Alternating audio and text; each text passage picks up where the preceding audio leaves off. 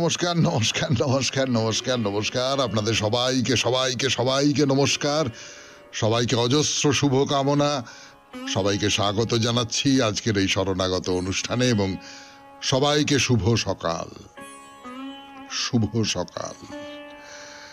কিন্তু যে কথাটা দিয়ে শুরু করব আজকে, 1891 খ্রিস্টাব্দে আজকের তারিখে এবং 1298 বঙ্গাব্দে আজকের তারিখে আমাদের গোটা বাংলাদেশকে শূন্য করে দিয়ে চলে গিয়েছিলেন একজন। তিনি অসামান্য পণ্ডিত ছিলেন, কিন্তু পাণ্ডিত্যটাই তার একমাত্র পরিচয় নয়। এইরকম শিরদাঁড়া সোজা করা মানুষ আমাদের বাংলায় খুব কম জন্মেছেন। তার নাম ঈশ্বরচন্দ্র বিদ্যাসাগর। আজকে ঈশ্বরচন্দ্র বিদ্যাসাগরের মৃত্যুদিন। এই শরণাগত পরিবারের পক্ষ থেকে এই যথার্থ বাঙালি, রবীন্দ্রনাথ বলেছেন যথার্থ মানুষ, তাকে আমাদের প্রণাম জানাই। বেনি মাধবশীলের পঞ্জিকা অনুযায়ী আজকে 13ই শ্রাবণ 1431, ইংরেজির 29শে জুলাই 2024 সোমবার। আজ নবমী। সূর্যোদয়ের সময় ভোর 5:09, সূর্যাস্তের সময় সন্ধে 6:19। নক্ষত্র ভরণী। আজকে জন্মে মেষ রাশি, ক্ষত্রিয় বর্ণ, মতান্তরে বৈশ্য বর্ণ, নরগণ। দিনের বেলা 2:28 গতে রাক্ষসগণ। আমাদের হোয়াটসঅ্যাপে চিঠি পাঠাবার নাম্বার 9831922927। চিঠির গোড়ায় অতি অবশ্যই SG লিখতে হবে, মানে শরণাগত। এ তো আপনারা সকলে জানেন। এবারে বলি আজকের অনুষ্ঠান সম্পর্কে। অনুষ্ঠানে প্রথমে পুরাণ চিরন্তন। পুরাণ চিরন্তনে আমরা বলছিলাম অগস্ত্য আর লোপামুদ্রার কথা। আপাতত মানে বলতে শুরু করেছিলাম ইল্লল আর বাতাপির কথা। তার সূত্র ধরে চলে এসেছে অগস্ত্য আর লোপামুদ্রার কথা। অগস্ত্য তার পূর্বপুরুষদের নরক থেকে রক্ষা করবার জন্য তিনি বিয়ে করবেন বলে ঠিক করেছেন, এবং কোনো মেয়ে পছন্দ না হওয়ায় লোপামুদ্রা নামে একটি সর্বগুণ সম্পন্না এবং রূপবতী, অপূর্ব রূপ তার, সেই রকম একটি নারীকে তৈরি করেছেন। সে তো একবারে সবে জন্মেছে। তাকে বিদর্ভ রাজের কাছে দিয়ে অগস্ত্য বলেছেন যে এই যখন বড় হবে তখন আমি এসে একে নিয়ে যাব এবং বিয়ে করব। তো রাজা তাকে মানুষ করছেন, বড় করে তুলছেন, সে খুব সকলের প্রিয়। এমন সময় অগস্ত্য রাজবাড়িতে এসে উপস্থিত হলেন। মেয়ে বড় হয়ে গেছে এখন। এই পর্যন্ত বলা হয়েছিল, এরপর থেকে বলবো। তারপরে স্বামী বিবেকানন্দের রচনা থেকে পাঠ। স্বামী বিবেকানন্দের এই রচনাটির নাম শুনলেই আপনাদের মনে হবে যে শুনতেই হবে এই পাঠ, আমার জীবন ও ব্রত। 1900 খ্রিস্টাব্দের 27শে জানুয়ারি ক্যালিফোর্নিয়ায় প্যাসাডোনা শেক্সপিয়ার ক্লাবে একটি বক্তৃতা দিয়েছিলেন স্বামীজি, এবং তার বাংলা অনুবাদ বলা বাহুল্য। সেইটা পড়া শুরু করব আজ থেকে, আমার জীবন ও ব্রত। তারপরে কথামৃত থেকে পাঠ করব, আপনাদের চিঠিপত্র পড়ব, এবং শেষে বাইরে দূরে 92.7 বিগ FM এ শরণাগত অনুষ্ঠানে এখন গান, গানের পর পুরাণ চিরন্তন। লোপামুদ্রা বড় হয়ে গেছেন, অগস্ত্য এসেছেন রাজবাড়িতে। এরপর এবারে কথা কথা অগস্ত্য মুনির কথা। ওই লোপামুদ্রা বড় হয়েছেন, যথাসময়ে রাজ দরবারে এসে উপস্থিত হয়েছেন মুনি অগস্ত্য। এসে বললেন যে মহারাজ, আমি ওই কন্যাটিকে আপনার কাছে রাখতে দিয়েছিলাম, তার নাম ছিল লোপামুদ্রা, এবার তাকে আমায় দিন, তাকে আমি বিয়ে করব। আরে এটা তো রাজা রানী ভুলে গেছেন। এই যে মেয়েটা, এ যে তাদের নিজেদের মেয়ে নয়, একে যে অগস্ত্য মুনি রেখে গেছেন, বড় হবার পর তাকে নিয়ে চলে যাবেন, বিয়ে করবেন বলে, এই সব কথা তো আর রাজা রানীর মাথাতেই নেই। এবং আচমকা সত্যি তো, তাই তো। হ্যাঁ হ্যাঁ হ্যাঁ, এই আমাদের অপরূপ এই সুন্দরী মেয়ে, একে তুলে দিতে হবে এই এই এই ঋষির হাতে। এই বনে জঙ্গলে ঘুরে বেড়ায়, বলকল্পনে ঘুরে বেড়ায়, এই বড় বড় দাড়ি চুল, কি করে সম্ভব? আর তাছাড়া লোপামুদ্রা রাজবাড়িতে একেবারে রাজকন্যার মতন করে বড় হয়ে উঠেছে। বনে গিয়ে তো কিছুই নিজের মতো করে পারবে না, মেয়ে তো কষ্ট হবে সেখানে। কিন্তু অগস্ত্য তো সামনে এসে দাঁড়িয়ে আছেন, আর রাজা একেবারে জোড় হাত করে দাঁড়িয়ে রয়েছেন অগস্ত্যের সামনে। মানে মেয়েকে আমি কি করে দেব, কিন্তু সে কথা বলবার সাহস তো নেই, অভিশাপের ভয় আছে তো। অগস্ত্যের কথা যেন রাজা শুনতেই পারছেন না। তা অগস্ত্য রেগে গেলেন, বুঝতে পারছেন তো যে মেয়েকে ছাড়বে না, এইরকম একটা পরিকল্পনা। খুব রেগে গেলেন, এই অভিশাপ দিলেন বলে সব বুঝি গেল গেল গেল গেল। তো সেই সময় লোপামুদ্রা এসে দাঁড়ালেন এই অগস্ত্য আর রাজার মাঝখানে, বললেন, বাবা এতে আপত্তির তো কিছু নেই, আপনি আমাকে মুনির হাতেই অর্পণ করুন।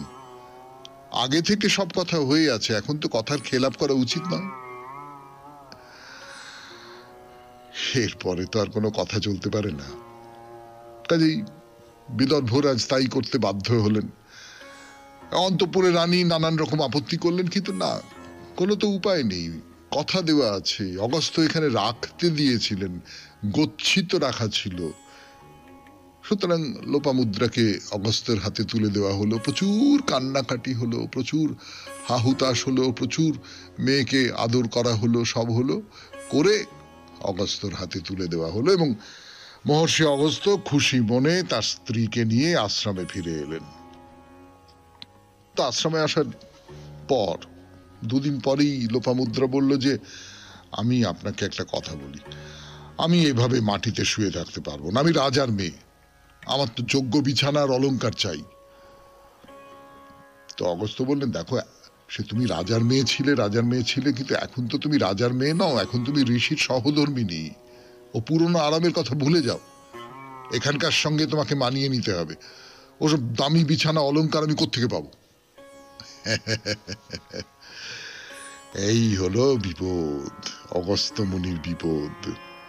এই বিপদের কথা দিয়ে ফিরে আসছি গানের পর। 92.7 বিগ FM এ শুনছেন শরণাগত, জীবনের সহজ পাঠ। আপনাদের গানের আগে 92.7 বিগ FM এ শরণাগত অনুষ্ঠানে লোপামুদ্রা তো বলছেন যে আমার দামি দামি গয়না চাই, আমার ভালো বিছানা চাই, আমি রাজবাড়িতে মানুষ হয়েছি, আমি এখানে এইরকম করে থাকতে পারবো না। অগস্ত্য বলছেন যে, না, তুমি তো যে সে যখন রাজবাড়িতে ছিলে তখন রাজবাড়িতে ছিলে, এখন তুমি ঋষির গিন্নি। তো লোপামুদ্রা বলছে, না না না না না, আমি ওসব জানি না, আমি ওসব জানি না, আপনার কথায় আমি এক বস্ত্রে সব ছেড়ে চলে এসেছি, কিন্তু আমি তো আপনার স্ত্রী নাকি? স্ত্রীর দাবি পূরণ করা তো স্বামীর অবশ্য কর্তব্য। না না, আমার আমার আমার যা কিছু দরকার সমস্ত কিছু আমার এখানে চাই। এ তো মহা মুশকিলে পড়া গেল, অগস্ত্য খুব মুশকিলে পড়ে গেছে। আর তার স্ত্রী যেটা বলছেন লোপামুদ্রা, সেটা তো একেবারে উড়িয়ে দেওয়ার মতন কোনো কথা নয়।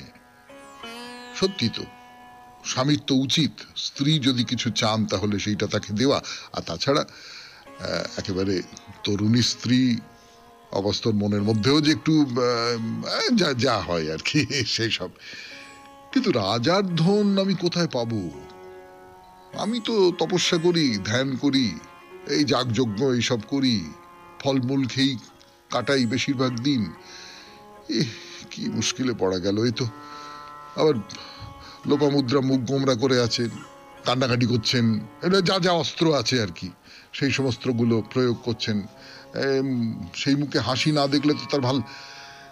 শেষে বলিয়া হয়ে কয়েকজন চেনাশোনা রাজার কাছে তিনি গেলেন, গিয়ে বললেন যে এরকম হয়েছে, আমার স্ত্রী লোপামুদ্রা সে তো এইগুলো চাইছে, তো যদি কিছু সাহায্য পাওয়া যায়।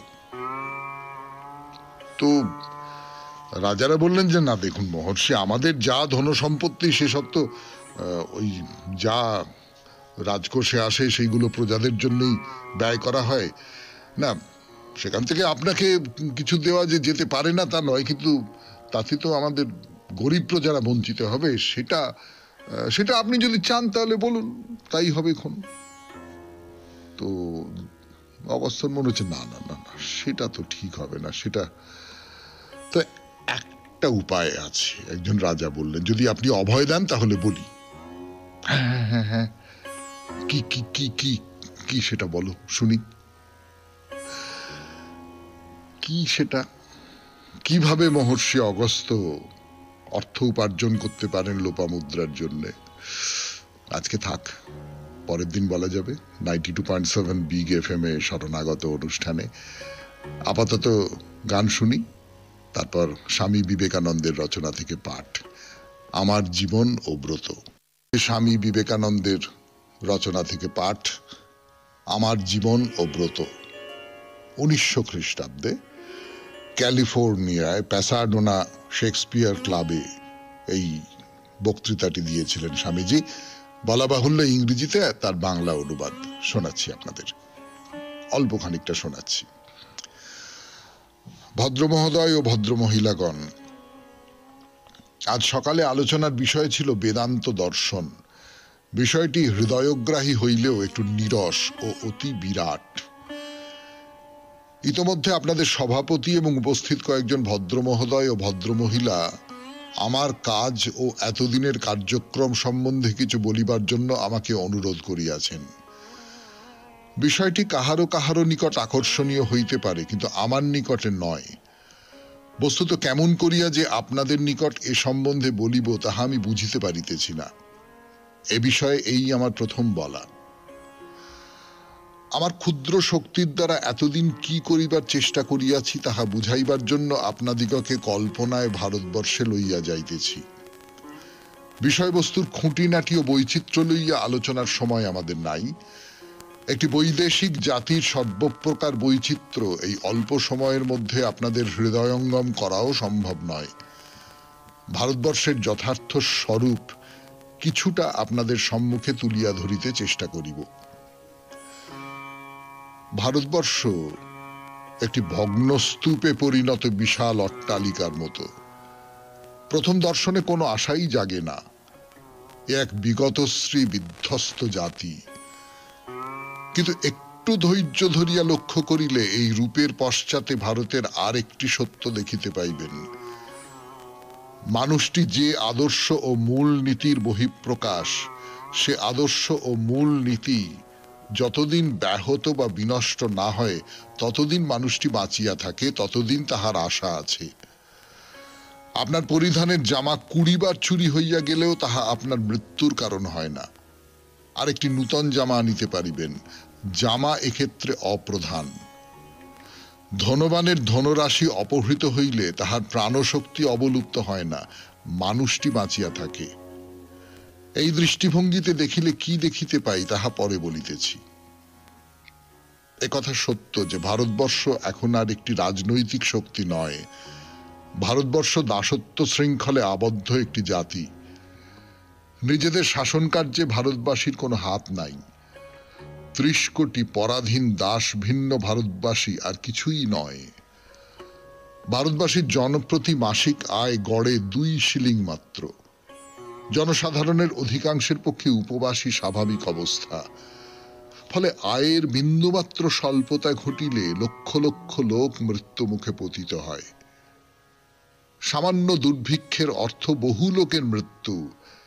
এই দিক দিয়া দেখিলে শুধু ধ্বংসস্তূপ, আশাহীন ধ্বংসাবশেষই দেখিতে পাই।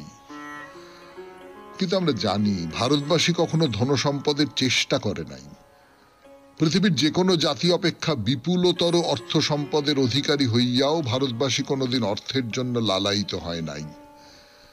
যুগ যুগ ধরিয়া ভারতবর্ষ এক শক্তিমান জাতি ছিল, কিন্তু তাহার কখনো ক্ষমতার লোভ ছিল না। অন্য জাতিকে জয় করিবার জন্য ভারতবাসী কখনো বাহিরে যায় নাই। নিজেদের সীমার মধ্যেই তাহারা সন্তুষ্ট ছিল, বাহিরের সহিত বিবাদে রত হয় নাই। ভারতীয় জাতি কখনো সাম্রাজ্য লাভের আকাঙ্ক্ষা করে নাই। পরাক্রম ও সম্পদ এ জাতির আদর্শ ছিল না। তবে ভারতবাসী ভুল করিয়াছিল কি ঠিক পথে চলিয়াছিল তাহা এখানে আলোচ্য নয়। পৃথিবীর সকল জাতির মধ্যে এই একটি জাতি গভীরভাবে বিশ্বাস করিত, এই জীবনই একমাত্র সত্য নয়, ঈশ্বরই সত্য। সুখে দুঃখে তিনিই তাহার আশ্রয়স্থল। ভারতবর্ষের অধঃপতনকালে এই জন্যই সর্বপ্রথম ধর্মের অবনতি ঘটিয়াছিল। হিন্দুগণ ধর্মের ভাবে পানাহার করে, ধর্মের ভাবে নিদ্রা যায়, ধর্মের ভাবে বিচরণ করে, ধর্মের ভাবে বিবাহাদি করে, ধর্মের ভাবে দস্যুবৃত্তি করে। শুনলেন স্বামী বিবেকানন্দের রচনা থেকে পাঠ, আমার জীবন ও ব্রত। এবারে গান, গানের পর কথামৃত। স্বামী বিবেকানন্দের রচনা থেকে পাঠ, তারপরে এবারে কথামৃত। 92.7 বিগ এফএম এ শরণাগত অনুষ্ঠান শুনছেন। আমি আছি আপনাদের সঙ্গে, আপনাদের সৌমিত্র বসু। এই কথামৃত যখন পড়তে বসি আপনাদের সামনে সকালবেলা, তখন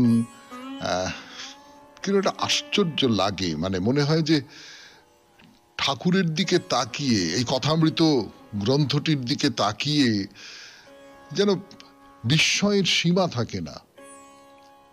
আমি বারবার করে এই কথা বলেছি, আপনারা বিরক্ত হন কিনা জানি না এই একই কথা বারবার শুনতে শুনতে, কিন্তু আমার খুব মনে হয়, আমার খুব ভেতর থেকে মনে হয় যে এই যে একজন মানুষ, একেবারে অজ গ্রামের একটি মানুষ, হ্যাঁ, তার দাদা পণ্ডিত ছিলেন ঠিক আছে, কিন্তু তিনি তো পাঠশালা পালানো ছেলে।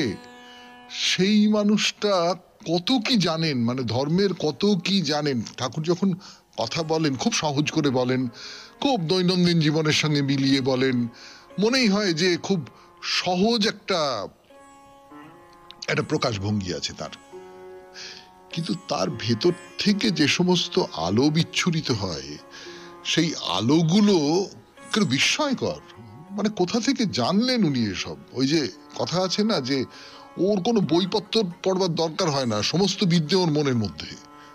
এই একটা আশ্চর্য অলৌকিক ব্যাপার ঠাকুরের ভেতরে ছিল। অলৌকিকই তো, তার বাইরে আর কিভাবে এর ব্যাখ্যা করা সম্ভব? বেদ বেদান্ত নানান সব গ্রন্থ, নানান শাস্ত্র থেকে অনবরত প্রসঙ্গ তুলছেন, যাকে রেফারেন্স তোলা বলে, সেই রকম সব করছেন। এই খুব খুব আশ্চর্য।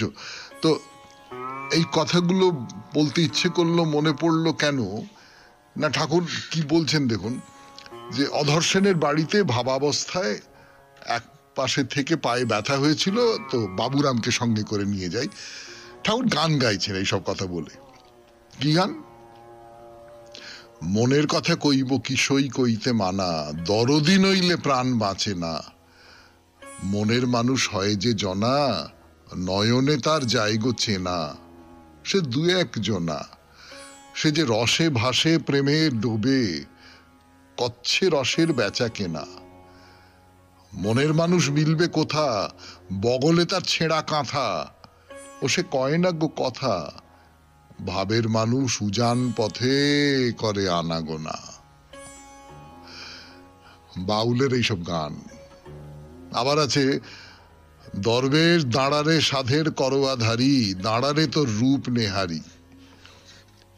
বলছেন শাক্ত মতের সিদ্ধকে বলে কৌল, বেদান্ত মতে বলে পরমহংস, বাউল বৈষ্ণবদের মতে সাঁই। সাঁইয়ের পরে আর নাই। সাঁই কথাটা আমরা সবাই জানি, তোমার বাউলদের গানের মধ্যে এই সাঁই কথাটা খুব আসে। এবং বাউলের গানের মধ্যে এটা আসে যে বাউল সিদ্ধ হলে সাঁই, তখন সব অভেদ। কিরকম অভেদ? এই একটা সাংঘাতিক কথা বলছেন ঠাকুর। বলছেন অর্ধেক মালা গোহার, অর্ধেক মালা তুলসীর। অর্ধেক মালা গোহার, অর্ধেক মালা তুলসীর। অনেকেই ছি ছি ছি ছি করে নাক ছিটকবেন, কিন্তু ঠাকুর বলছেন এই কথাগুলো, কথামৃতে লেখা রয়েছে। হিঁদুর নীর, মুসলমানের পীর, সব একাকার হয়ে যায় গো। শুনছেন কথামৃত থেকে পাঠ, 92.7 বিগ এফএম এ শরণাগত অনুষ্ঠানে। আরো পাঠ করবার জন্য ফিরে আসছে আপনাদের সৌমিত্র বসু, একটু গান শুনে নেবার পর। বাউল দর্শন যাকে বলে, সেই বাউল দর্শনটাও যে ঠাকুর শ্রী রামকৃষ্ণ পরমহংসদেব কিভাবে আত্মস্থ করেছিলেন, সেইটা বুঝতে পারা যায় তার এই সমস্ত কথাগুলো শুনলে, যেগুলো শোনাচ্ছি আপনাদের 92.7 বিগ এফএম এ শরণাগত অনুষ্ঠানে। ঠাকুর কি বলছেন? বলছে সাঁইয়েরা বলে আলেখ, আলেখ। বেদ মতে বলে ব্রহ্ম, ওরা বলে আলেখ। তাহলে ব্রহ্ম হচ্ছে সাঁইদের মতে আলেখ। জীবদের বলে আলেখ আসে আলেখ যায়, অর্থাৎ জীবাত্মা অব্যক্ত থেকে এসে তাইতে লয় হয়। তারা আবার বলে হাওয়ার খবর জানো, মানে কুলকুণ্ডলিনী জাগরণ হলে ইড়া পিঙ্গলা সুষুম্না ওদের ভিতর দিয়ে যে মহাবায়ু ওঠে সেই হচ্ছে হাওয়া, সেই খবর জানো? জিজ্ঞেস করে কোন পৈঠেতে আছো, 6টা পৈঠে মানে ষড়চক্র। তার মানে এই যে বাউলদের যে দর্শন, বাউলদের যে সাধন পদ্ধতি, সেই দর্শন বলুন, সাধন পদ্ধতি বলুন বা যা কিছু বলুন না কেন, তার সঙ্গে হিন্দু যে দর্শন সাধন পদ্ধতি তার ভেতরে ভেতরে মিল আছে, খুব গভীর মিল আছে। খানিকটা তো অমিল আছেই, খানিকটা অমিল আছে বলেই বাউল দর্শন নিজেকে একটু আলাদা করে নিতে চেয়েছে, কিন্তু ভেতরে ভেতরে শেকড়ের দিক থেকে এই দুটো শেকড়ই একই জায়গা থেকে তার রস সিঞ্চন করছে। তো ঠাকুর বলছেন যে যদি বলে পঞ্চমে আছে, মানে কোন পৈঠেতে আছে, কোন স্তরে আছে, পঞ্চম স্তরে আছে, তার মানে বিশুদ্ধ চক্রে মন উঠেছে, তখন নিরাকার দর্শন। যেমন গানে আছে, বলে একটু সুর করে গাইছেন যে তদূর্ধ্বেতে আছে মাগো অম্বুজে আকাশ, সে আকাশ রুদ্ধ হলে সকলই আকাশ। এগুলো তো সব জ্ঞানের কথা হলো। তো ঠাকুর এটা ঘটনার কথা বলছেন, সেটা বলি আপনাদের, এই কথামৃতে আছে ঠাকুরের কথা, বাউলের সঙ্গে তার কথোপকথনের কথা। ধর্মের কথা অনেক সময় আকারে ইঙ্গিতে হয়, অনেক সময় রূপক দিয়ে হয়, তাই না? মানে ধর্মের কথা সবটাই যে খুব আপনার আমার মতন খোলাখুলি কথা বলা যায় না, ভাষায় কুলোয় না, সেই জন্য রূপকের আশ্রয় নিতে হয়। সেই রূপকের আশ্রয় রামপ্রসাদ নিয়েছেন, কমলাকান্ত নিয়েছেন, আমাদের যে কবি নানক দাদু এরাও নিয়েছেন, এবং ঠাকুরও নিয়েছেন। ঠাকুরের যে কথামৃত তার মধ্যেও তো প্রচুর পরিমাণে রূপক এই সমস্ত রয়েছে। তো ঠাকুর কি বলছেন? বলছেন একজন বাউল এসেছিল, তাই বললুম তোমার রসের কাজ সব হয়ে গেছে? খোলা নেমেছে।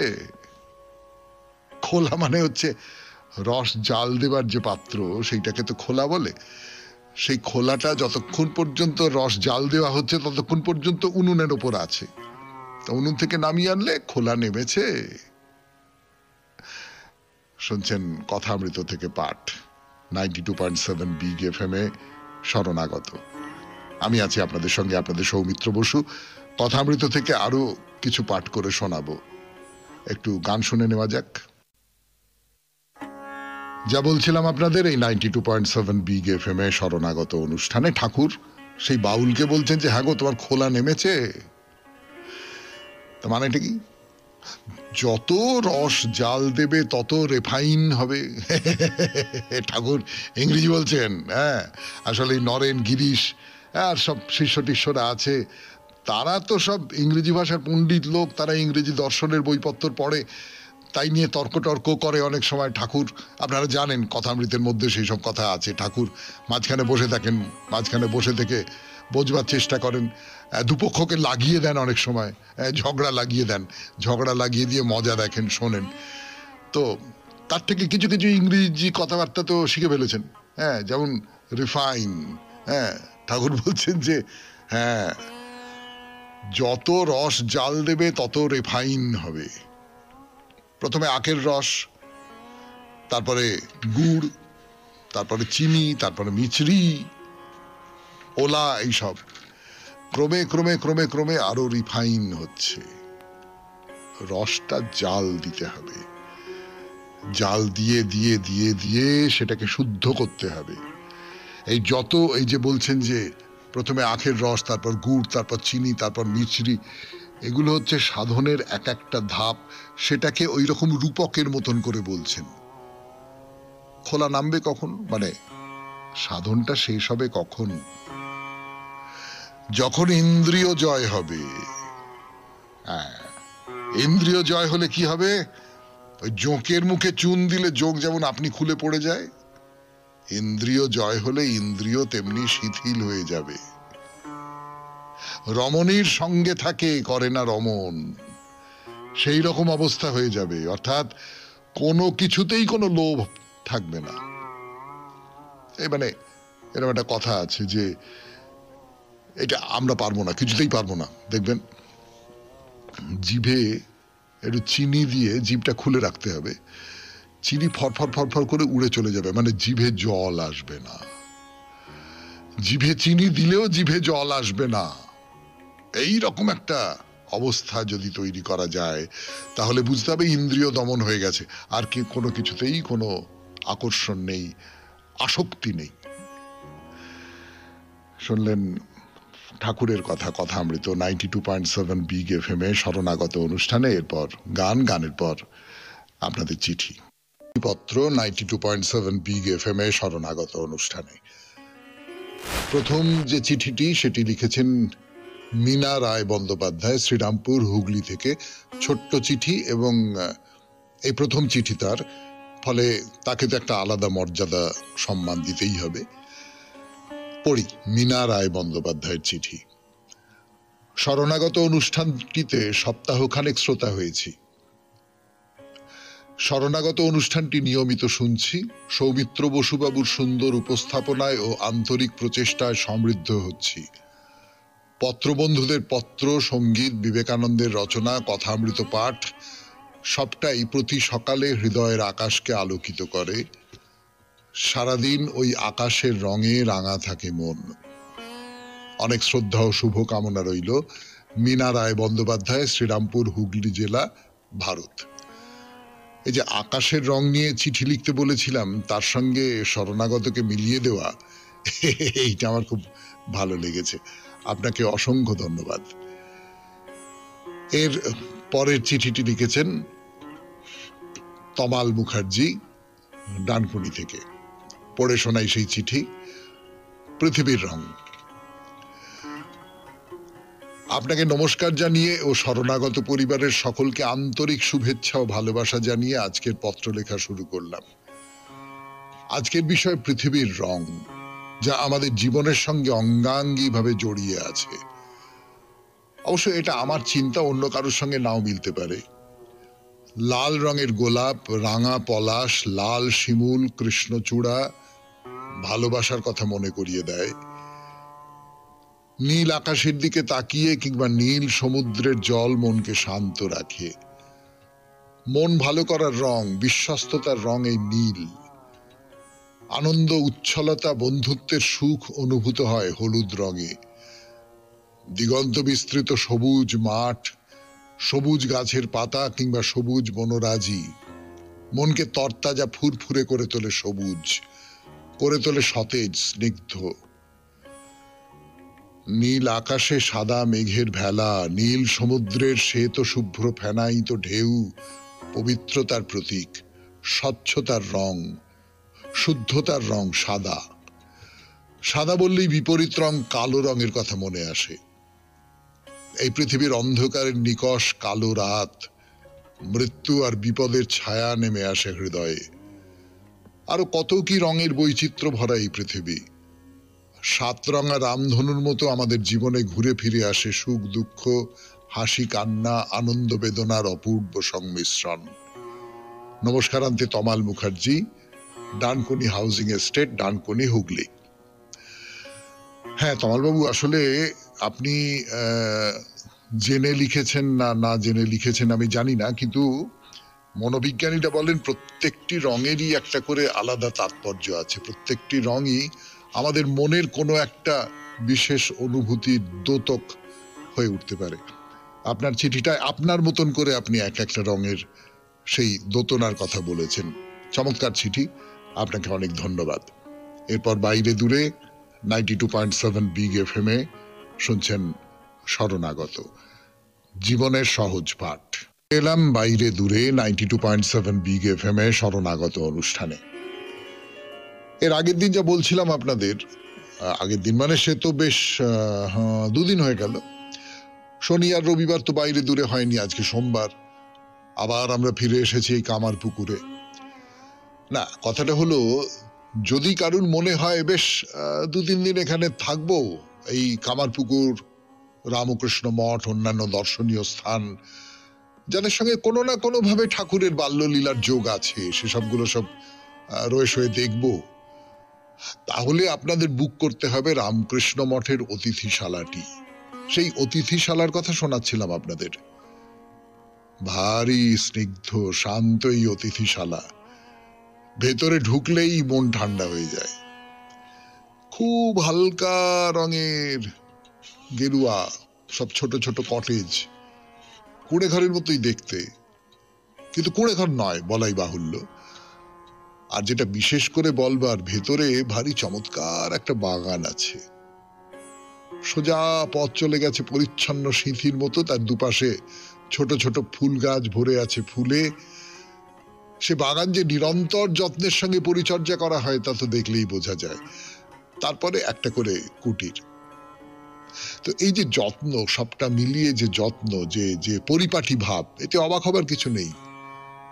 রামকৃষ্ণ মিশনের যে কোনো কাজের মধ্যেই এমন একটা সুচারু ভব্যতার ছাপ থাকে যেটা আলাদা করে চোখে না পড়ে পারে না।